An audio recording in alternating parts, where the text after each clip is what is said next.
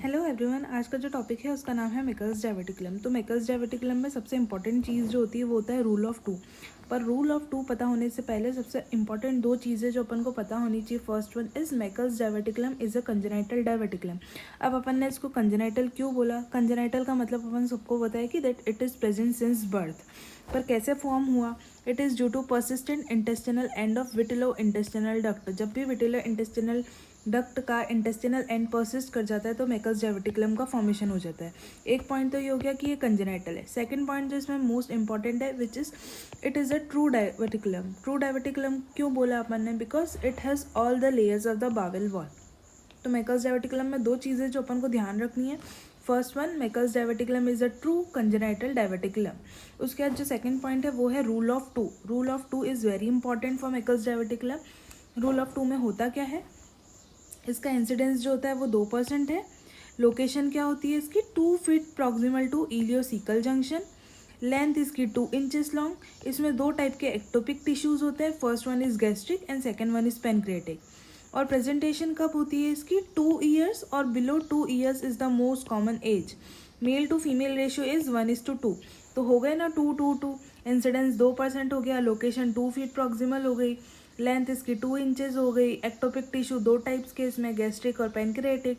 और प्रेजेंटेशन भी 2 साल या फिर उनसे नीचे वाले लोगों में। और male to female ratio is 1:2।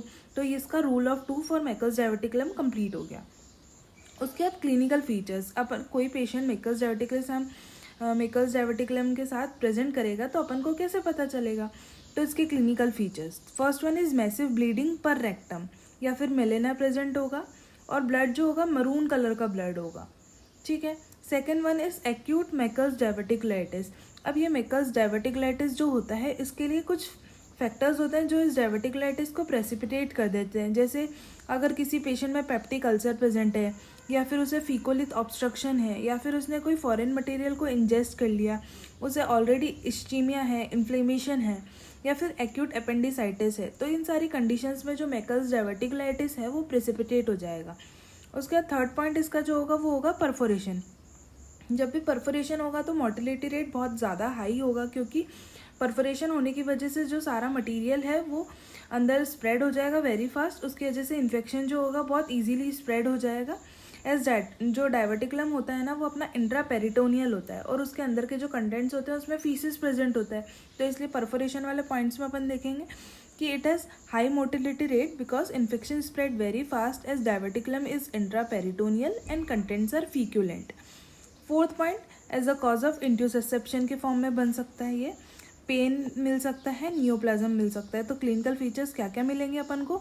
Massive bleeding per rectum, acute Meckel's diverticulitis, perforation as a cause of intussusception, pain and neoplasm, ये सारे इसके क्लिनिकल फीचर्स। इसके investigation, no investigation can prove the diagnosis of Meckel's diverticulum. Second जो अपन इसमें कर सकते हैं वो 99 लेबल टेक्नीशियम पर टेक्नेट स्कैन कर सकते हैं, उससे अपन ये एक इन्वेस्टिगेशन है बस। उसके अलावा ट्रीटमेंट में जो होगा, अगर मेकर्स डायवर्टिकुलम जिसमें ब्लीडिंग भी प्रेजेंट है या फिर बैंड या परफोरेशन है तो उसको अपन रिमूव कर देंगे, और उसके साथ साथ एडजेसेंट इंटेस्टाइन वाला जो पार्ट होता है उसे भी रिमूव कर देंगे।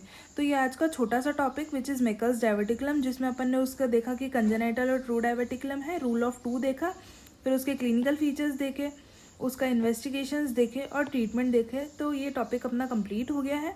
For more such videos subscribe to my channel Med School by doctor Harsha. Bye bye.